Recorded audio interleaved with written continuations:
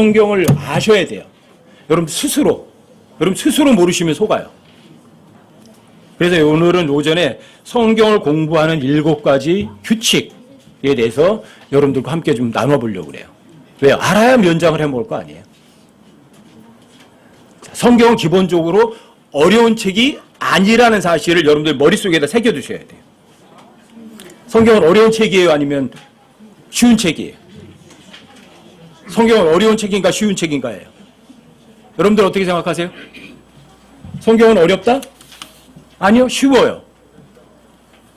여러분들과 제가 하나님의 말씀을 알아서 하나님 여러분들에게 정말 진리를 말했을 때 여러분들이 그 진리를 받아들이겠습니다.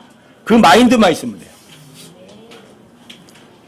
그런데 여러분들이 그 하나님께서 뭘 말씀하셨을 때 그 말씀이 내가 좋아하는 것과 충돌이 일어났을 때 어떻게 할 거냐는 거죠.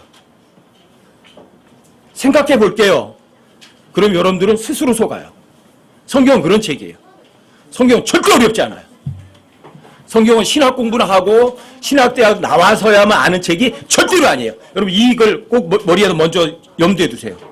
만약에 성경이 어려운 책이라면 여러분과 제가 다 하나님 앞에 갔을 때 할 말이 있어요. 하나님, 성경이요? 도무지 모르겠습니다. 너무 어려워서. 그러니까 책임 누가 져야 돼요? 하나님 져야죠. 근데 진리거든요, 성경은? 성경은 진리의 거짓이에요. 자, 진리다. 하나님 거짓말 하세요, 안 하세요? 그러면 거기다가 여러분들이 왜 그렇지? 그건 아닐 수도 있잖아, 이런 생각할 필요가 있어요, 없어요? 진리고 거짓이 아니라면 여러분과 제가 해야 될 거 딱 하나예요. 예스! 알겠습니다. 사실입니다. 옳습니다. 그것뿐이에요. 근데 그게 하나님의 말씀을 절대 진리라고 인정하고 여러분들이 그걸 생활로 그대로 옮기겠다는 그 마음이거든요. 예스! 하는 거는 그 마인드만 있으면 성경은 어려운 책이 아니에요. 성경은 진리거든요. 거짓이 전혀 없는 거거든요. 이 마인드만 있으면 성경은 어려운 책이 절대로 아니에요. 성경은 어렵다? 아니면 쉽다? 진리다. 성경 66개 전체에서 희한한 표현이 하나 절대 안 나오는 표현이 있어요. 하나님께서 여러분들에게 말씀하시고 너 내 말이 이해가 되니? 그런 표현은 있어요, 없어요? 전체에 없어요. 왜 없어요? 진리니까 단순해요. 아멘, 예스, 끝이에요. 믿으면 끝이에요. 그래서 여기에 이해를 요구하지 않아요. 진리는 절대 진리, 거짓이 없는 절대 옳은 것이기 때문에 여러분과 제가 어린아이처럼 믿는 걸 원하는 거예요. 아셨어요? 여러분들 이 자세부터 가지셔야 돼요. 성경 기록과 예수님은 동일한 권위를 가진 절대 진리다. 그 진리는 어렵지 않다. 단순하다. 아시겠어요? 진리는 단순해요. 거짓은 복잡해요. 진리는요, 까만 거로 싹 가렸다가요, 까만 걸 싹 걷어내면 노란 게 나와요. 또 노란 것도 하나 걷어내면 또 누런 게 나와요. 누런 거 걷어내면 시커먼 게 나와요. 시커먼 거 걷어내면 또 빨간 게 나와요. 걷어내도요, 어느 걸 진짜인지 알 수가 없어요. 그 거짓은 복잡해요. 근데 진리는 하얗다. 그러면 끝이에요. 아셨어요? 그냥 믿으라. 아셨죠? 성경을 공부하는 절대적인 원칙, 여러분들의 마음 자세가 가장 중요하다. 그 다음에 여러분들과 제가 성경을 어떻게 공부를 하는 것이 좋겠는가. 그 유인물 나중에 여러분 참조하시고 한번 그거 가지고 스스로도 한번 공부를 하시고 찾아도 보세요. 첫 번째 절제 원칙이 이거예요. 하나님의 말씀에 더하거나 빼거나 바꾸는 그런 마인드는 머릿속에 지워버리세요. 저는 신학대학 다니면서 제일 제가 관심 있던 과목이 성경 해석학이었어요. 왜요? 저는 성경을 알고 싶어서 갔으니까. 목사 되고 뭐 그런 거 아니에요. 그냥 성경 진짜 알고 싶었어요. 그래서 갔어요. 그래서 성경 해석학에 거의 올인했어요. 근데 27가지 해석법이 나와요. 27가지 해석법. 공부하면 공부할수록 점점 더 힘들어지고 어려워지는 거예요. 그래서 교수님한테 찾아가서 물어봤어요. 제가 역대기상 1장을 읽었습니다. 예를 들어서. 자, 그거를 어떤 성경 해석법으로 어떻게 해석해야 됩니까? 27가지 해석법 중에 어떤 해석법을 해석해야 되는지 그걸 어떻게 하면 알 수 있습니까? 왜요? 27가지나 되잖아요.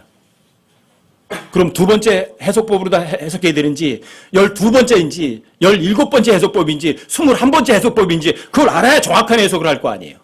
그걸 어떻게 할 수 있습니까? 대답을 안 해줘요. 아래로 꼬나보더니 벌떡에서 나가버렸어요. 그때는 몰랐어요. 뭐가 옳은지. 근데 순간적으로 이런 걸 왔어요. 아, 이 성경 해석법은 아니구나.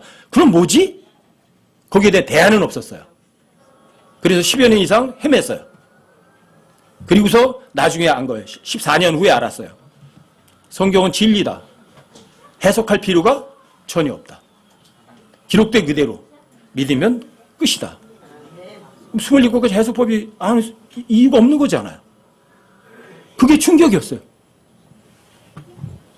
브라이언 도너반 만나가지고 제가 정말 궁금한 걸 물어봤더니 걔가 그러는 거예요. 야, 성경에 기록된 대로 믿으면 되지? 그게 제 뒤통수를 꽝 하고 때려버렸어요. 그렇구나. 성경은 절대 진리구나. 그러니까 절대 진리에 어떻게 하셔야 돼요, 여러분들이? 더할 필요 있어요? 뺄 필요 있어요? 바꿀 필요 있나요? 여러분들 여기에다 머리에 딱 새겨두세요. 하나님의 말씀에 더하거나 빼거나 바꾸는 것은요, 절대 금물이에요.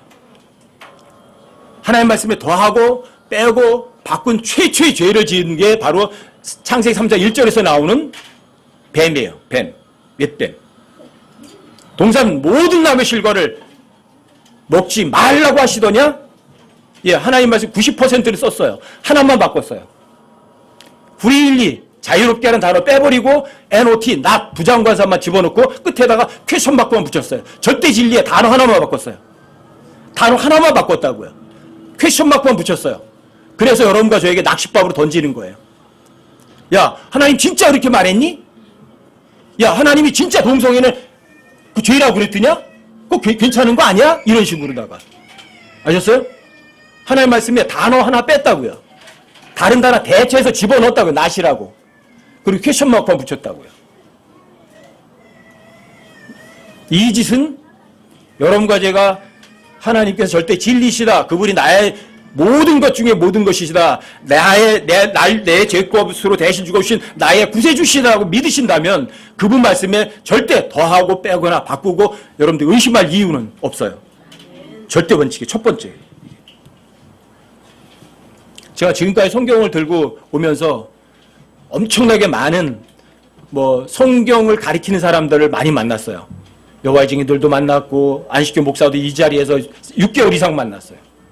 다 이래요. 그 사람들 다 공통점이에요. 이거 우리는 정말 성경대로 한다. 저는 어떤 사람도 성경대로 하지 않는다는 소리 들어본 적이 없어요. 안식교도 여호와의 증인들도 다 마찬가지예요. 다 성경대로 한대요. 전 진짜 성경 믿는데요. 신천지는 안 그래요? 다 성경 믿는데요. 근데 써놓은 그대로 믿지는 않아요. 다 풀고 해석을 하죠. 근데 저는 해석하지 않겠어요. 써있는 거 그대로 믿겠어요.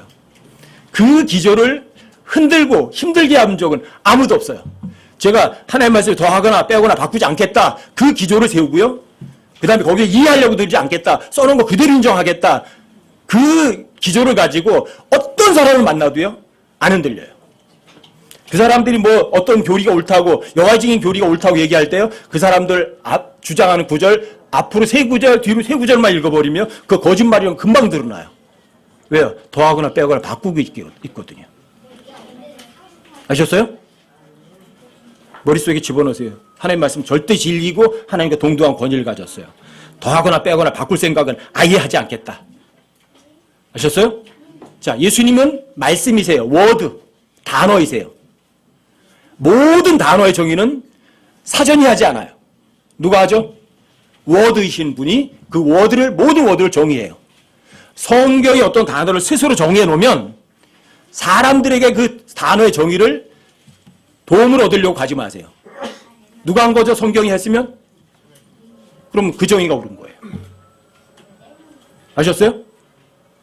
성경은요, 모든 단어를 스스로 정의할 뿐이에요. 인간들의 정의를 쫓아가지 마세요.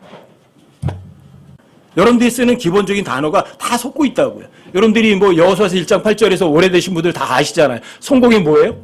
돈 많이 버는 게 성공이에요? 성경이 돈 많이 버는 게 성공이라고 그랬어요? 높은 자리에 앉는 게 성공이라고 그래요? 사람들에게 이름이 쫙 알려져서 유명해지면 그게 성공이에요? 아니라고요. 하나님께서는 그런 걸 성공이라고 근처도 안 가신다고요. 여러분과 제가 하나님의 법에서 입에서 안 떠나고 하나님의 말씀을 밤낮 24시간이라고요. 묵상하는 사람들이라고요. 그런 사람들이 성공할 수 있는 전제 조건을 충족시키는 사람들이에요. 그리고 성공도 좋은 성공이 있고 나쁜 성공이 있다고요. 그 성공은 이 세상에서는 없다고요. 좋은 성공은 저 위에 가서 하는 거라고요. 이 세상의 성공은 없어요. 이 세상에서 만약에 돈 많은 게 성공이라고 생각하셨다면 하나님이 성공에 대한 정의를 잘못하셨다고 여러분들 생각하는 거예요. 하나님이 거짓말하셨어요? 하나님께서 말씀하신 성공은 돈과 관련도 없고 권력과도 상관도 없고 유명한 것과도 전혀 관련이 없어요. 성공은 이 땅에서도 못해요.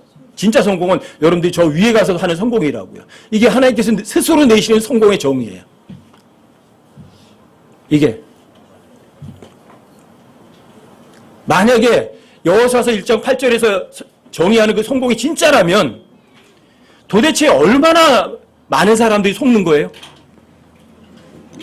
유명해지고 어떤 목사님이 유명한 목사님이라서 뭐 제네시스 EQ 900을 타고 다니고 거기다가 뭐 보디가드 5명씩 달고 다니고 그러면 그 목사가 성공한 거예요?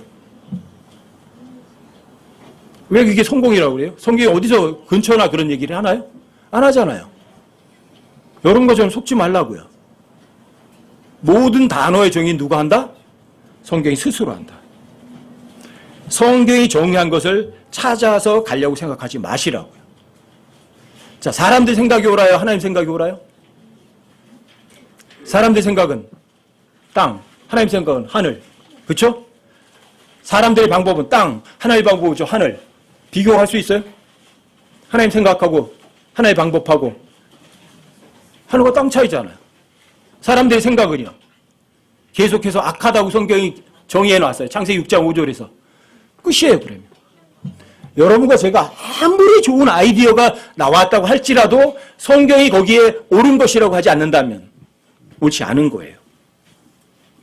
여러분, 성경이 뭐라고 말하면 진리일 뿐이에요. 그냥 따라가세요. 아셨어요? 성경이 정의했다. 그러면 절대 진리일 뿐이에요. 성경이 정의한 것을 제껴두고 사람들에게 조언을 구하러 갈 필요는 전혀 없어요. 여러분들이 이게 가장 중요한 거예요. 아주 중요한 거예요. 세 번째는요. 아까 제가 말씀드렸잖아요. 어떤 여화쟁인들이 또는 안식교인들이 어떤 구절을 갖다 놓고 얘기를 해요. 봐, 성경에 이렇게 기록되어 있으니까 이렇게 해야 돼 그래요. 그럼 여러분 그 한 구절만 읽지 마시고 어떻게 하시라고요? 앞으로 3구절, 뒤로 3구절만 읽으면 돼요. 문맥을 보시면 아세요. 문맥을 보시면 그 문맥에서 그게 내가 아니라는 것이 금방 드러나요. 아셨어요? 문맥을 무시한 인용은 사기친 거예요. 많은 사람들이 이 성경이 절대 옳은 성경은 없다 이렇게 할 때 또 최초의 원본만 옳다 이렇게 얘기할 때 사용하는 구절이 한번 찾아보세요. 디모데 후서 3장 15절 16절이요. 오늘 여러분들과 저에게도 가장 중요한 구절이기도 하거든요. 근데 이 구절을 가지고 사람들을 속여요. 근데 어떻게 속이는지 여러분들이 여기 실제로 보여드릴게요. 16절 17절을 보세요. 여러분들에게 성경을 공부하는 7가지 규칙을 확실하게 알아두셔라. 왜? 이 16절 17절 때문이에요. 디모데 후서 3장 16절 17절이요. 모든 성경 기록은 하나님의 영감으로 주신 것으로 교리와 책망과 바로잡음과 의로 교육하기에 유익하니 이것은 하나님의 사람이 완전하게 되어 모든 선한 일에 철저히 갖추어지게 하려 함이라. 성경 기록만 있으면 엄청난 거죠. 그렇죠? 여러분들이 완전하게 되고 모든 선한 일에 철저히 갖추어지는 거죠. 근데 여기 모든 성경 기록은 3장 16절에 나오는데 이 모든 성경 기록을 신학교 교수님들께서 이렇게 말씀하세요. 그 모든 성경 기록은 최초의 원본을 말하는 것이다. 이렇게 말해요. 모든 성경 기록은 최초의 원본을 얘기하는 거다. 그 최초의 원본은 하나님 영광으로 주셨고 그 원본은 완전하게 하고 선한 일을 철저히 가지어지게 하는 거라. 이렇게 가르쳐요. 사기친 거예요. 왜요? 누가 이렇게 구절 인용하면 어떻게 하라고요? 앞으로 몇 구절? 뒤로 세 구절. 앞으로 세 구절. 읽어보시면 돼요. 몇 구절 갈 필요도 없어요. 한 구절만 앞으로 가보시면 돼요. 15절. 또 어린아이 때부터 내가 거룩한 성경 기록들을 알았나니 그것들은 능히 너를 지혜롭게 하여 그리스도 예수님 안에 있는 믿음을 통해 구원에 이르게 하느니라. 또 어린아이 때부터 네가 거룩한 성경 기록들을 알았다? 이 성경 기록들이 최초의 원본이에요? 디모데가 어렸을 때 읽은 성경이 최초의 원본이에요? 그리고 16절에 그 모든 성경 기록은 최초의 원본이고 15절에서 어린아이 때부터 디모데가 읽은 거는 최초의 원본이 아니고 그래요? 그 앞에 15절 모든 성경 기록, 내가 어렸을 때부터 읽은 성경 기록은 사본이라고요. 그렇죠? 그러면 16절에서 나온 모든 성경 기록도 똑같은 사본이에요. 최초의 원본이 아니라고요. 왜? 하나님께서는 원본 종이 쪼가리 보존하겠다고 얘기를 하시지 않으시고 하나님께서는 내가 모든 단어, 내가 너희들에게 말한 모든 단어를 보존하겠다고 하셨지 원본 종이 쪼가리 보존한다는 약속 안 하셨거든요. 아셨어요? 이게 바로 이런 것들이에요. 문맥을 무시한 인용은 거짓말이다. 이 16절에서 모든 성경 기록은 최초의 원본만 영감으로 주어졌고 이런 소리가 아니라고요. 최초의 원본이 아니라고요. 왜요? 15절에서 이미 디모데가 어렸을 때 읽었던 배웠던 거룩한 성경 기록이 있거든요. 그건 사본이거든요. 그렇죠? 그 사본은 모든 성경 기록은 사본을 얘기하는 거지 최초의 원본을 얘기하는 게 아니라고요. 왜? 하나님께서는 원본 종이 쪼가리 보존을 얘기하신 게 아니라 자신이 말한 단어를 보존하시겠다고 약속하셨으니까. 아셨어요? 모든 것은 문맥을 무시하지 말 것. 쉬워요. 안 어려워요. 자, 네 번째요. 완전한 문장과 불완전한 문장이 있어요. 완전한 문장이 있고 불완전한 문장이 있거든요. 여러분들이 불완전한 문장을 가지고 믿습니다 하시면 안 돼요. 왜요? 그거는 불완전 문장이고 완전하게 해주는 문장이 있거든요. 예를 들어서 여러분들이 요한복음 14장 14절 한번 보세요. 요한복음 14장 14절이요. 14절이요? 사람들이 아주 좋아하는 구절이잖아요. 요한복음 14장 14절 함께 한번 읽어보세요. 함께 시작. 너희가 내 이름으로 무엇이든지 구하면 내가 그것을 행하리라. 여러분들이 막 쾌재 불릴 수 있는 구절 아니에요? 아싸! 이러는 거잖아요. 왜요? 너희가 내 이름 무엇이든지 구하면 내가 그것을 행하리라고 하시니까 아싸 하는 거 아니에요? 아하! 그렇구나. 예수님 이름으로 구하면 몽땅 다 끝나버리네요. 뭐 완전히 뭐 전천후죠. 전천후. 그렇죠? 근데 여러분 요한 1서로 한번 가보세요. 요한 1서 5장 14절을 찾아보세요. 요한 1서 5장 14절이요. 자, 여기도 함께 읽어보세요. 함께 시작. 그분 안에서 우리가 가진 확신은 이것이니 곧 우리가 그분의 뜻대로 무엇이든 구하면 그분께서 우리 말을 들으신다는 것이라. 여기는 무엇이든 구하면에 뭐 제한이 걸리네. 뭐에 걸려요? 그분의 뜻대로 무엇이든지. 그냥 무엇이든지가 아니라 그분의 뜻대로. 그런데 제한 없이 무엇이든지가 아니에요. 그렇죠? 제한이 걸려요. 뭐에? 그분의 뜻대로. 그분의 뜻대로 무엇이든지지 그냥 내 이름으로 무엇이든지 구하면 그걸 수행하리라는 불완전 구절인 거예요. 완전 구절은 그분의 뜻대로 무엇이든지 구하면. 또 여러분들 마음속에 하나님이 여러분 마음속에 가득 있죠? 그때는 여러분들이 하나님의 뜻대로 구할 수밖에 없어요. 그래서 여러분 요한복음 15장 7절도 한번 찾아보세요. 요한복음 15장 7절. 요한복음 15장 7절. 다 찾으셔야 돼요. 요한복음 15장 7절이에요. 여기도 함께 한번 읽어보세요. 함께 시작. 너희가 내 안에 거하고 내 말들이 너희 안에 거하면 너희가 원하는 바를 구하라. 그러면 그것이 너에게 이루어지리라. 사람들이 어떻게 읽느냐 하면 절반은 잘라버려요. 뒤에만 읽는 거예요. 너희가 원하는 것을 구하라. 그러면 그것이 너에게 이루어지리라. 아멘 이러는 거예요. 근데 조건이에요. 조건. 너희가 원하는 바를 구하라. 그러면 그것이 너에게 이루어지리라가 아니라 조건이 있어. 조건. 조건이 뭐예요? 너희가 내 안에 거하고 내 말이 너희 안에 거하면 너희가 원하는 걸 구하라. 내가 예수님 안에 있고 예수님 말씀 내 안에 거하면 내가 원하는 거 구해요? 나 좋아하는 거 구해요? 여러분과 제가 이 땅에 존재하는 게 누구 때문에 존재하는데? 나를 즐기려고? 나를 기쁘게 하려고? 아니요. 그럼 주님이 내 안에 거하시고 하나님 말씀이 거하는데 내가 나를 기쁘게 하고 내가 원하는 걸, 나 좋아하는 걸 구하는 사람은 없어요. 조건이 조건. 예수님이 내 안에 거하고 예수님 말씀이 내 안에 거하면 너희가 원하는 걸 구해라. 그러면 나 기쁘게 안 해요. 주님을 기쁘게 하지. 그럼 누구 뜻을 구해요? 내 뜻을 구해요? 주님 뜻을 구해요? 그러면 이루어지는 거예요. 요한복음 14장 14절 같은 경우는 많은 사람들을 속일 수 있는 구절이에요. 여러분들이 하나님의 말씀이 부주의하면 너희가 내 이름으로 무엇이든지 주고 하면 내가 그것을 시행하리라. 조건이 있다고요. 그러니까 여러분들이 하나님의 말씀에 주의를 기울이는 사람들이 정말 잘하는 사람들이에요. 아, 이건 약간 불완전히 있구나. 완전 구절이 있구나. 그러니까 여러분들이 정말 하나님께서 말씀하시는 거를 실행할 의도가 있으면 하나님께서 그런 구절을 보여주신다고요. 아니, 그거는 조금 부족한 거고 여기 진짜가 있거든. 진짜를 보여주세요. 하지만 여러분들이 나를 기쁘게 하려는 마음이 있으면, 그런 마인드가 있으면 여러분들 스스로 속아요. 이게 무시무시한 거예요.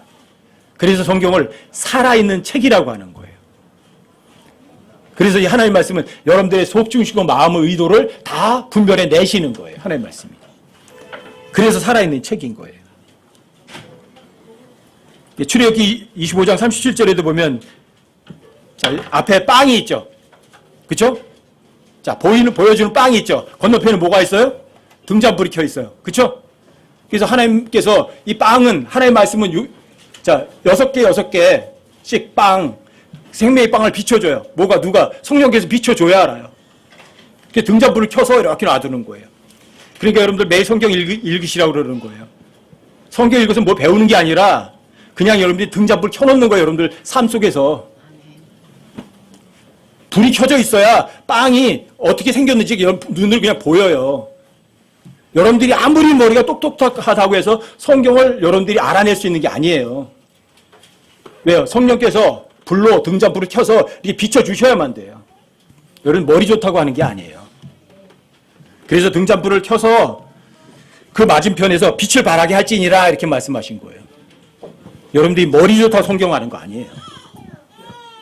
여러분들이 정말 하나님의 말씀을 그대로 들어서 예, 정말 그 진리 맞습니다. 그리고 그대로 옮기겠습니다. 제가 손해가 갈지라도 그 마음만 있으면 다 알려주시는 거예요. 쉬운 책이에요. 아시겠죠? 성경 구절은 해석해서 알려줄 수 있는 사람은 아무도 없어요. 성경은 성경이 스스로 해석할 뿐이에요. 성경은요, 스스로 해석을 해요. 그러니까 어떤 사람 의존하지 마시고 성경이 무엇을 이야기하면 어떤 신학 이론도 따라갈 필요는 없어요. 어떤 사람도 따라갈 필요도 없고. 다만 여러분과 저의 마인드가 제일 중요해요. 주님께서 진짜 말씀하셨으면 그걸 정말 믿을 거냐? 예, 제가 손해가 가더라도 만약에 그 말씀 믿어서 내가 손해가 가더라도 정말 그 하나님의 말씀 믿겠습니다. 그 마인드가 그렇게 중요한 거예요. 그래서 하나님께서는 여러분과 속중심과 마음을 보시지 그 사람이 무슨 학위가 뭐가 있어, 돈 좀 있어, 머리가 좋아 그런 거 안 보세요. 하나님 절대 외모 안 보세요. 자, 5번째는 이거예요. 성경은 하나님의 말씀만 기록된 게 아니라 사탄이 하는 말도 기록돼 있고 인간들이 하는 말도 기록돼 있어요. 항상 주의하실 건 이거예요. 누가 말하고 있지? 누구한테 말하고 있지? 엄청 중요한 거예요, 이게. 자, 누가 말하지? 성경에서. 하나님 말하고 있다. 근데 하나님 누구한테 말하는 거야? 엄청 중요해요. 아시겠어요? 성경은 편지라고 그래요. 누군가에게 보낸 편지. 그러면 편지는 뭐가 있어요? 수신자가 있잖아요. 그럼 수신자가 누구지? 이것부터 확인하시라고요. 하나님께서 사람들이 보낸 편지다. 그럼 누구한테 보낸 편지야? 그럼 우리는 그 편지를 읽고서 그 편지대로 하면 되죠. 근데 그게 나한테 온 편지가 아니라면 참고사항일 뿐이에요. 예를 들어서 제가 어디 나갔다가 우리 자매에게 편지를 썼어요. 여보, 내가 오늘 좀 늦어. 그러니까 내가 밤 늦게 가니까 밤 몇 시나 도착할 거야. 그러니까 나 저녁도 못 먹고 가니까 밥 좀 해놓고 기다려. 그랬어요. 밤 12시에 밥 좀 해놓고 기다리라고 그랬어요. 근데 그 편지를 장영 형제가 다 읽고는 와, 이게 뭐야? 나한테 12시에 밤 10시에 밥 해놓고 기다리네? 그럼 그렇게 해야 되겠네? 그 밥 해놓고 기다려요. 얼마나 똑똑해요? 왜 그렇죠? 수신자가 누군지 확인 안 했으니까 속는 거예요. 근데 거의 모든 신학대학에서요, 그 누가 말했지, 누구에게 말하고 있는가를요, 전혀 가르치질 않아요. 전혀. 그래서 구약에 있는 모든 것들에 하나님께서 내가 너에게 복을 주고 복을 주리라 그러면 거기다가 무조건 날 갖다 집어넣는 거예요. 하나님께 나 복 주신다고 하셨어. 아멘 그러는 거예요. 그런데 제가 장영 형제 보고 밥 해놓고 기다리라고 그랬어요? 그리고 정말 이런 게 너무 많아요. 여러분들 일반 교회 다니는 사람들이 가장 많이 이용하는 거 돈 내게 하는 구절이 어떤 거예요? 말라기 3장 10절? 한번 찾아보세요. 그게 여러분들이 해야 되는 건가? 말라기 3장 10절 한번 찾아보세요. 말라기 3장 10절. 11조 하라, 이게 엄청나게 많이 한 거죠. 저도 이 구절 때문에 11조는 철저하게 했던 사람이었으니까. 어떻게 하나님 것을 내가 도둑질할 수 있어? 내가 어떻게 하나님 걸 띄어먹어? 그래서 열심히 했어요. 10절 찾아보세요. 만군의 주가 말하노라 너희는 모든 11조를 어디로 가져오래요? 창고. 근데 교회지 창고가. 이렇게 하는 거죠. 예. 창고로 가져와 내 집에 먹을 것이 있게 하고 이제 그것으로 나를 시험하여 내가 너희를 위하여 하늘의 창들을 열고 받을 것이 없도록 너희에게 복을 쏟아붓지 아니하나 보라. 앞에 거보다도 뒤에가 더 좋은 거예요. 내가 너희를 하늘의 창들을 열고 받을 것이 없도록 너희에게 복을 쏟아붓지 않나 시험해봐라. 아멘 가는 거예요. 근데 만군의 주가 너희는이 나예요? 여러분과 전가요? 성경대로 안 믿는 거잖아요. 근데 모든 12를 창고로 가져오라고 그랬잖아요. 교회다 내라고 안 했잖아요. 창고가 교회가 아니잖아요. 내 집에 먹을 것이 있게 하고 교회가 예수님의 집이에요?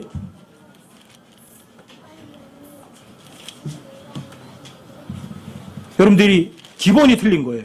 왜요? 말라기서 1장 1절을 읽어보세요. 말라기서 1장 1절을. 말라기를 통하여 이스라엘에게 주신 주의 말씀의 엄중한 부담이라. 그 수신자가 누구예요? 이스라엘이잖아요. 여러분 말라기 3장 10절 읽으셨잖아요. 그 앞에 여러분 7절로 읽어가셔도 읽어도 금방이에요. 그 7절에 이렇게 말해. 만군의 주가 말하노라. 심지어 너희 조상들의 날로부터 너희가 내 규례를 버리고 떠나 그것들을 지키지 아니하였도다. 너희 조상들, 그게 우리 단군 조상이에요? 단군 조상 맞아요? 너희 조상이? 아니잖아요. 이건 너희 조상이 단군 얘기하는 거 아니라고요. 아브라함을 얘기하는 거지. 성경을 믿는다고 하지만 성경을 누가 말하고 있지? 누구에게 말하는 거지? 엄청 중요해요. 아시겠어요? 성경에서는 하나님께서 보낸 편지 수신자는 셋 중에 하나예요. 첫 번째는 이방인들에게 보낸 편지가 있어요. 하나님께서 아담과 이브를 만드셨어요. 그리고 아담과 이브가 낙원에서 쫓겨났어요. 자, 낙원에서 쫓겨난 사람들을 이방인이라고 그래요. 이방인이란 말이 뭐냐면 원래 고향 땅을 벗어나서 다른 지방에게서 가서 사는 사람들이에요. 아담과 이브의 고향이 어디예요? 에덴 동산이잖아요. 낙원이잖아요. 쫓겨났어요, 거기서. 그래서 고향을 떠나 있어요. 그게 아담의 모든 후손들을 이방인이라고 그래요. 아셨어요? 그럼 하나님께 이방인들에게 말씀하셨잖아요. 근데 이방인들이 하나님 말씀 들어요, 안 들어요? 안 들어요. 그게 창세기 4장부터 창세기 11장까지는 이방인들에게 보내는 편지들이에요. 근데 이방인들이 하나님 말씀 앞에 겸손하게 하나님을 존중해드리지 않아요. 그래서 하나님께서 이방인들로 손을 툭툭 터시고 이방인들 중에 한 사람을 불러내요. 누구? 아브라함. 그게 너희 조상이에요. 우리 조상은 아니고 너희 조상. 이스라엘 사람들의 조상. 그래, 그 사람을 위해서 유대인이라는 하나의 민족을 만드세요. 유대인이라는 하나의 민족을 만드셔가지고 그 유대인이라는 민족에게만 뭘 주시냐면 십계명이라는 걸 주세요. 법이라는 걸 주세요. 그리고 그 법을 받은 유대인들이 이래요. 주님께서 명령하신 모든 법을 우리가 지키고 행하겠습니다. 당당히 말을 하고 약속을 해요. 사람들은 자기들이 하나님께서 명령하신 모든 법을 지키고 행하겠다고 약속한 이스라엘 민족이 모세가 시내산으로 올라가 40일 동안 안 내려오니까 금방 금송아지 만들어 놓고 그 법을 어겨요. 언제까지? 예수님께서 다시 오셨어요. 예수님 유대인의 왕이에요. 근데 유대인의 왕을 십자가 못 박혀 죽이라고 배반해요. 그때까지. 이스라엘 백성들은 입으로는 믿는다고 말해요. 외적으로 믿는 척해요. 그래서 하나님 말씀 통을 이마에다가 붙이고 다니고 옷깃을 써붙여 다니고 뭐 거룩하게 기도도 잘하고 예물도 잘 갖다 드리고 그래요. 근데 뭔 없어요? 마음은 없어요. 그게 이스라엘 백성들이 모형이에요. 그게. 여러분과 저도 입으로만 믿는다고 하면 이스라엘 사람들과 다르고 아무것도 없어요. 결국 그렇게 하면 어떻게 되냐면 자신의 왕을 배반하고 죽이도록 해요. 그게 유대인이에요. 그게 유대인. 자, 이방인들도 하나님을 배반했어요. 유대인들도 하나님을 배반해요. 그렇죠? 그래서 하나님께서 유대인이든 이방인들에게서 예수님이 십자가에 달려 죽으셨잖아요. 그것 때문에. 그렇죠? 근데 예수님이 십자가에 달려 죽으신 그 사건이 마귀는 예수님을 십자가 못 박혀 죽으면 자기가 모든 걸 통치하는 왕이 돼서 하나님의 보좌에 올라갈 줄 알았더니 그분이 다시 살아나 버렸네. 모든 죄값을 다 대신 지불해 버리는 그러한 엄청난 하나님의 딜레마를 해결한 하나님의 지혜가 발휘돼 버린 거예요. 그래서 이방이든 유대인이든 복음을 통해서 믿으면 그 사람은 하나님의 교회라고 그래요. 하나님의 교회, 다른 말로 얘기하면 하나님의 아들들이 돼요. 영원한 생명을 약속해 주시는 거예요. 그래서 복음을 통해서 십자가에 달려 죽으신 예수님의 피를 통해서 구원받은 이방인이든 유대인이든 이 사람들을 전부 다 하나님의 교회라고 그래요. 예수님 십자가에 죽고서 부활하시 이전까지는 하나님의 교회란 있을 수가 없었어요. 아셨어요? 하나님의 교회만 하나님의 상속자예요. 그래서 성경은 세 가지 대상을 놓고 얘기를 해요. 첫 번째는 누구요? 이방인. 두 번째는 유대인. 세 번째는 하나님의 교회. 여러분, 그래서 고린도전서 10장 31절 한번 보세요. 고린도전서 10장이요? 31절이요? 고린도전서 10장이요. 31절부터 33절까지. 여기 제가 한번 읽어드릴게요. 그런즉 너희가 먹든지 마시든지 무엇을 하든지 모든 일을 하나님의 영광을 위하여 하라. 유대인들에게나 이방인들에게나 하나님의 교회나 어떤 실족거리도 주지 말되, 어떤 실족거리도 주지 말아야 되는 대상이 셋이에요. 유대인, 이방인, 하나님의 교회. 아시겠어요? 성경은 세 대상을 얘기를 해요. 아, 이게 교회에게 보낸 편지인가? 아니면 유대인에게 보낸 편지인가? 아니면 이방인들에게 하는 말씀이신가? 이게 수신자 구분하셔야 돼요. 자, 누가 말했지? 누구에게 말하고 있지? 여러분과 저에게 하나님의 교회에게 오신 절대 서신은요, 로마서부터 빌레몬서까지는 한 자도 틀림없이 하나님의 교회에게 보낸 편지예요. 로마서부터 빌레몬서까지는. 근데 히브리서 제목이 누구예요? 교회예요, 히브리예요? 히브리 사람들이에요. 제한이 걸려요. 아셨어요? 하지만 여러분과 저에게 온 확실한 편지도 있어요. 로마서부터 빌레몬서까지서 나오는 내용 중에 여러분 율법과 동일한 것들도 있어요. 근데 율법을 믿어야 되는 건 아니에요. 율법에서도 명령하신 것을 교회에게도 명령하신 거예요. 근데 교회에게는 딱 하나는 명령을 안 하세요. 안식일을 지켜라. 요거는 꼭 빼놓으세요. 안식일을 지켜라. 누구에게만 해요? 유대인들에게만 얘기를 하세요. 아셨어요? 그리고 안식교가 틀려버린 거예요. 왜 유대인도 아니면서 안식일을 지키려고 그러면 어떡해? 또 안식일을 지킬 수도 없어요. 왜 그러냐면 지금까지 율법이 몇 차례 바뀌었기 때문에 우리가 쓰는 오늘이 일요일인지 아니면 이게 원래는 목요일인지도 몰라요. 아무도 확인할 수가 없어요. 율법이 바뀌었기 때문에. 아셨어요? 그래서 여러분과 저에게 교회에게는 어떤 날과 달과 해를 지키는 것을 헛되다고 하시는 거예요. 왜요? 하나님께서는 그런 외적인 걸 안 보시고 뭘 보시니까? 여러분 속 중심 보시니까. 자, 누가 말했니? 누구에게 말하고 있느냐? 엄청 중요하게 함에도 불구하고 진짜 신학을 공부하신 분들은 이것을 전혀 놓치고 있어요. 가장 간단한데 가장 많은 사람들을 혼란하게 만드는 거예요. 누가 말하고 있니? 누구에게 말하고 있느냐? 또 하나 이거예요. 여러분들 역사 가운데 보면 십자가가 있죠. 십자가. 예수님 십자가를 죽으신 사건이 있죠. 예수님 십자가를 죽기 이전과 이후는 같은 걸까 다른 걸까? 전혀 달라요. 아셨어요? 자, 이렇게 구분할 줄 아셔야 돼요. 아, 이 이야기가 누구에게 한 말이지? 십자가 전인가? 아니면 후인가? 또 십자가 후일지라도 이게 누구에게 하시는 말씀이지? 유대인인가? 아니면 하나님의 교회인가? 이런 거 구분할 줄 아셔야 돼요. 아시겠죠? 이게 성경을 믿는 사람이잖아요. 누가 말했지? 하나님 말하고 있는데 그러면 누구에게? 유대인들에게 말하고 있는데 그 유대인들에게 말하고 있는 걸로 믿는 것이 옳은 사람 아니에요? 그렇죠? 하나님께서 말라기를 통해서 이스라엘에게 주는 엄중한 경고라 그러면 이스라엘에게 주는 엄중한 경고 아니에요? 이스라엘에게 뭘 말씀하셨어요? 왜 하나님께 도둑질하냐? 그렇게 경고하신 거죠, 엄중하게. 자, 먹을 걸 내 창고로 가지고 와라. 교회가 아니잖아요. 이스라엘 성전 창고를 얘기를 하는 거잖아요. 근데 성전이 없어요, 지금은요. 눈에 보이는 물질적인 성전은. 근데 여러분과 저에게도 성전이 있어요. 어디 있어요? 여러분들과 저의 몸이 성전이래요. 그러면 어디 성전 창고에 쌓을 게 없어요. 여러분 몸속에다 뭘 쌓아놓으실 거예요? 11조 몸속에다 쌓아놓으실 거예요? 못해요.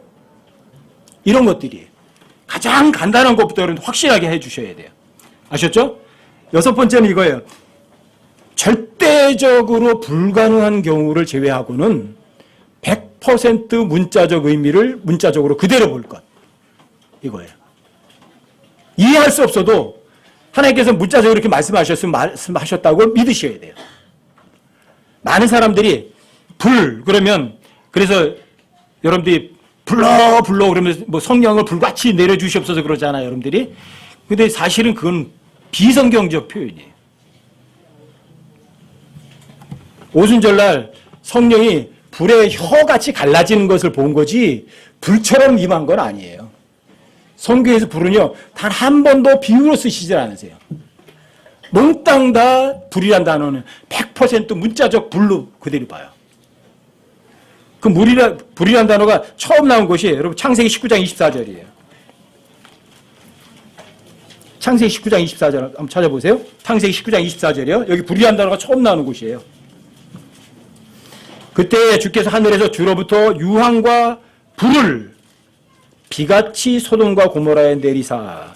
소돔과 고모라 내린 것이 그냥 불은 아니었나? 실제 불이었어요? 아니면 가상의 어떤 실제예요? 아니에요? 실제 불을 내렸어요. 실제 태워버렸다고요. 이게 불이에요. 불은 항상 실제, 유황과 불을 실제로 내리셨다고요. 여러분 창세기 22장으로 들어가 보세요.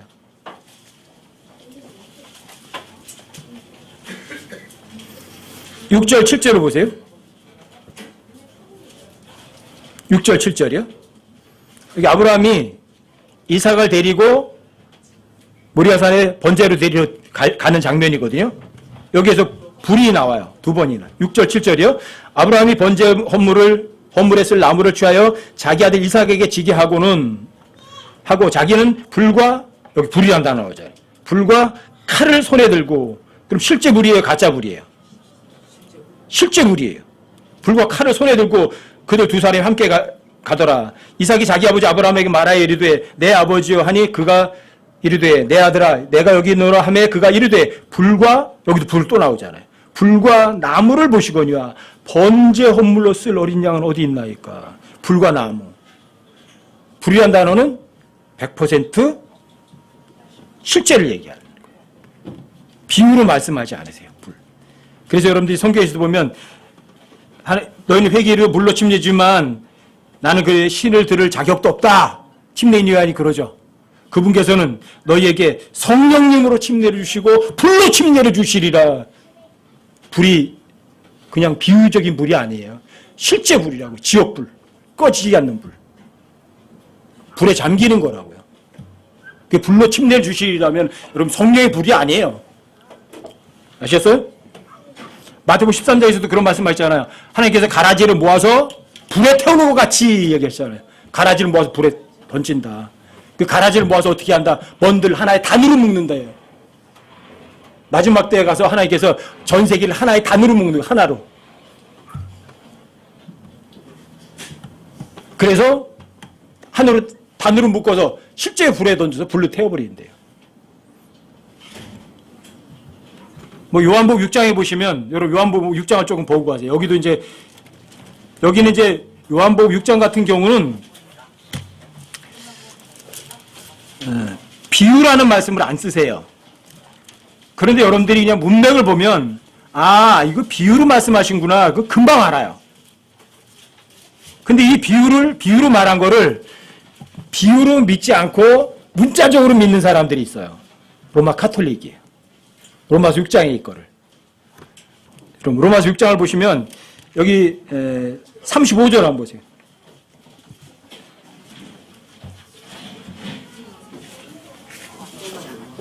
(35절) 여기 이렇게 말하죠.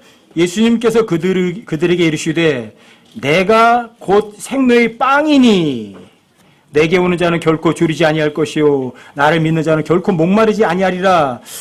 내가 곧 생명의 빵이다. 그러면 진짜 예수님 빵덩어리예요? 이거 비유로 말씀하시되 안 했어도 여러분들이 금방 알아들으세요? 못 알아들으세요? 예수님 자신을 나는 생명의 빵이다. 그러면 빵덩어리시냐고요. 지금 빵덩어리가 이렇게 말하고 있는 거예요? 비유로 말씀하시되 안 했지만 비유라는 건 여러분들이 상식적으로 금방 알아들어요. 그 다음에 41절에도 보세요. 그분께서 내가 하늘로부터 내려온 빵이라 하셨으므로 내가 하늘로부터 내려온 빵이라. 그럼 예수님 실제 빵덩어리가 아니잖아요. 뭐라고 말씀하시는 거예요? 비유로 말씀하시는 거예요? 아니면 실제 빵이라고 말씀하시는 거예요? 자, 비유로 말하지 않았어도 여러분들이 그냥 문맥에서 다 알 수 있는 것들이에요. 자, 그 밑에 51절에도 가보세요. 50절도요. 이것은 하늘로부터 내려오는 빵이므로 사람이 그것을 먹으면 죽지 아니하리라. 나는 하늘로부터 내려온 살아있는 빵이니 사람이 이 빵을 먹으면 영원히 살리라. 내가 주고자 하는 빵은 그 세상의 생명을 위해 내가 주고자 하는 내 살이로다 하시니라. 하늘로부터 내가 내려온 살아있는 빵. 빵덩어리 얘기하는 건 아니잖아요. 그렇죠? 55절에 이렇게 얘기하잖아요. 내 살은 참으로 양식이요 내 피는 참으로 음료이니 내 살을 먹고 내 피를 마시는 자는 내 안에 거하고 나도 그 안에 거하느니라. 58절에도요. 이것은 하늘로 내려온 그 빵이니라 이렇게 얘기를 하세요. 그래서 60절에 보시면 사람들이 이렇게 말해요. 그분의 제자들 중에 많은 사람이 이것을 듣고 이르되 이 말씀은 어렵도다. 어렵다. 누가 그것을 들을 수 있으리요.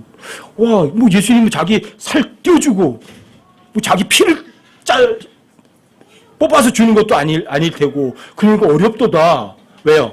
이거 실제라고 생각한 거죠. 실제라고 생각한 거죠. 그러니까 어려웠다고 생각한 거죠. 그런데 예수님이 61절에 보시면 예수님께서 자기 제자들이 그것에 대해 수군거리는 줄 아시고 이거 너무 어려워 이러는 거죠.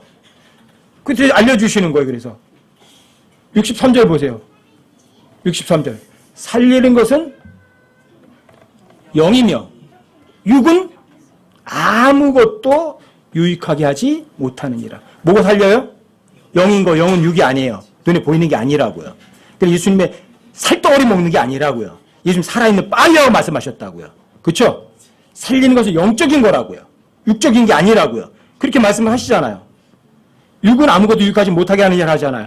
그러면서 확실하게 얘기해 주세요. 내가 너희에게 이르는 말들, 단어들, 워드, 단어들, 그것이 곧 영이요 생명이 생활이라고 하시는 거예요. 그러니까 예수님은 살을 먹어라, 피를 마셔라, 뭘 하라는 거예요. 내가 너에게 이르는 단어들을 먹어라. 그걸 진짜 믿어라. 그 얘기죠. 근데 비유라는 단어 한 번도 안 쓰세요. 그런데 여러분들이 그냥 문맥을 읽어보면 비유라는 거는 누구든지 다 상식적으로 알아요. 근데 이거를 문자적으로 믿는 사람들이 문자적으로 믿어야 되는 거는 비유로 믿고요. 또 이 비유라고 말하는 건 문자적으로 믿는 사람들이 바로 로마 가톨릭이에요. 그 사람들이 바로 성체, 성사 이런 것들이에요. 근데 자기들이 축성한 그 빵 쪼가리가 진짜 예수님의 살이래요. 자기들이 축복한 포도주가 진짜 예수님의 피래요. 그걸 비유로 믿으면 저주받아요. 아셨어요? 여러분들이 그냥 확실해요. 모든 구절들이 절대적으로 불가능한 경우를 제외해놓고는 여러분들이 100% 문자적으로 믿으셔야 돼요. 근데 여기 비유란 말이 없어도 문맥을 보면 비유라는 거는 누구든지 상식적으로 알아들어요. 어렵지 않아요. 여러분들이 하나님의 말씀이 절대 진리라는 사실을 인정하고 여러분들이 그걸 믿을 의도만 가지면 다 분별이 가능한 거예요. 성경은 그래서 어려운 책이 아니라고요. 아시겠죠? 그 다음에 마지막 7번째는요 이거예요. 성경의 모든 구절을 3가지로 적용할 수 있어요. 3가지로 적용이 가능해요. 창세기 1장 1절은 실제로 역사적으로 이루어졌던 진술이에요. 실제적 역사적 사실이에요. 처음에 하나님께서 하늘과 땅을 창조하셨다. 역사적 사실이에요. 그것이 여러분과 저에게는요 여러 가지로다가 이 모든 만드는 거는 저절로 생긴 게 아니구나. 누군가 만들었구나. 여러분들이 교리적으로 적용할 수 있는 거예요. 이 만든 건 누군가가 만들었어. 누가 하나님께서. 이게 교리적 적용이에요. 사실이. 여러분들이 모든 것을 놓고 확인할 수 있는 것들이에요. 그리고 여러분과 제가 그 창세기 1장 1절을 여러분들이 저의 삶에도 적용할 수도 있어요. 하나님께서 모든 것을 만드셨죠? 여러분들이 이걸 세밀하게 살펴보면 하나님께서 하시는 거 참 신기하다. 참 멋있다. 제가 오면서도 이제 그런 얘기 잠깐 했거든요. 여러분 농사 지으면 다 아세요. 꽃도 길러보면 다 아세요. 뭔가 심었는데 꽃이 너무 아름다워요. 파보면 썩고 더러운 것밖에 없어요. 근데 거기에서 어떻게 그 아름다운 보라색을 어떻게 이렇게 빨간색을 해가지고 꽃을 피우고 열매도 달콤한 열매를 맺을 수 있게 할까. 이게 여러분들의 영적인 적용이에요. 하나님이 해주시는 건 모든 것이 다 좋은 거구나. 아셨어요? 3가지를 다 적용이 돼요. 실제적인 역사적 내용이에요. 그렇죠? 두 번째는 여러분들이 거기에서 하나님의 법을 배울 수 있어요. 하나님의 교리를 배울 수 있어요. 어떤 구절에서든. 자, 유대인들은요, 자신들이 죄가 있으면 어떻게 해야 돼요? 재물을 끌고 가야 돼요. 그 재물에 자기가 손을 올려서 그 재물에게 내 죄를 옮겨야 돼요. 그리고 그 재물이 나 대신 죽어야 돼요. 그래야 1년 동안 죄를 용서받아요. 제거가 되는 게 아니라. 근데 여러분과 저에게는 아니에요. 예수님 십자가에 죽으셔서 어린 양의 피값으로 우리의 모든 죄값을 다 지불하셨고 그 죄를 동이 서에서 먼 것처럼 아예 테이크 어웨이, 제거해 버리셨어요. 여러분들과 저는 1년 용서받는 게 아니라고요. 예수님의 피는 영원히 그 죄값에 대해 묻지 않는 그런 엄청난 것이 여러분들 저에게 교리로 적용이 되는 거예요. 예수님의 십자가의 피는. 그렇죠? 그리고 여러분들이 그걸 정말 믿었다면 여러분들의 삶 속에서 그걸 적용하시면 어떻게 돼요? 예수님 피로 인해서 구원받은 거 하나만 해도 입이 1000개, 10,000개 있어도 불평할 건 없어요. 감사밖에 없어요. 이게 교리적인, 영적인 적용이에요. 아시겠죠? 역사적 적용, 교리적 적용, 영적인 적용. 한 구절을 세 부류다가 다 적용이 가능하다. 아시겠죠? 이게 여러분들이 성경을 공부하는 방법들이에요. 이거를 여러분들에게 좀 자세하게 하려면 이 성경을 공부하는 방법이 규칙을 알려주려면 한 서너 시간을 해야 되는 것들이에요. 근데 여러분들에게 그냥 짧은 시간 내에 짧게 여러분들이 그냥 그래도 개념만이라도 알고 가시라고 이렇게 설명해 드린 거거든요. 여러분들에게 나눠드리는 이제 그 성경을 공부하는 7가지 규칙 같은 거는 여러분들이 가지고 가셔서 다시 한번 찾아보시고 한번 읽어보셔서 복습을 한번 해보셔야 돼요. 왜요? 성경은 누군가가 대신 공부해 줄 수 있는 것이 아니에요. 누가 공부해야 돼요? 내가 공부해야 돼요. 아셨죠? 내 눈으로 보고 내가 확인하고 내 삶에 적용하셔야 돼요. 그래서 성경은 인생 사용 설명서일 뿐이지 종교 경전이 아니에요. 이런 거 제가 성경에 대해서 모르면 누굴 모르는 거냐면 하나님을 모르는 거예요. 하나님을 모르면서도 하나님을 믿으면서 하나님과 함께 동행할 수 있는 사람은 없어요. 아시겠죠? 그리고 하나님의 말씀이 있지만 생명의 빵이 있지만 맞은편에 뭐가 있다고요? 등불을 켜둬야 돼요. 그러니까 매일 성경 읽으셔야 돼요. 주의 말씀은 여러분의 삶의 등불이거든요. 빛이거든요. 그러니까 매일 읽으셔야 돼요. 안 읽으시면 불을 꺼버리는 거예요. 그럼 아무것도 배울 수가 없어요. 여러분들이 캄캄한 인생 삶에 아주 어둠 속을 걸어가면 불안하죠. 그렇죠? 어디가 부딪히죠. 힘들죠. 이렇게 되는 거예요. 아는 것이 힘이에요. 성경을 제대로 아셔서 여러분들 실제 삶에서 자유를 마음껏 누리고 또 평안도 누리다가 주님 앞에 갔을 때 칭찬 듣는 여러분과 저가 되시길 바랍니다.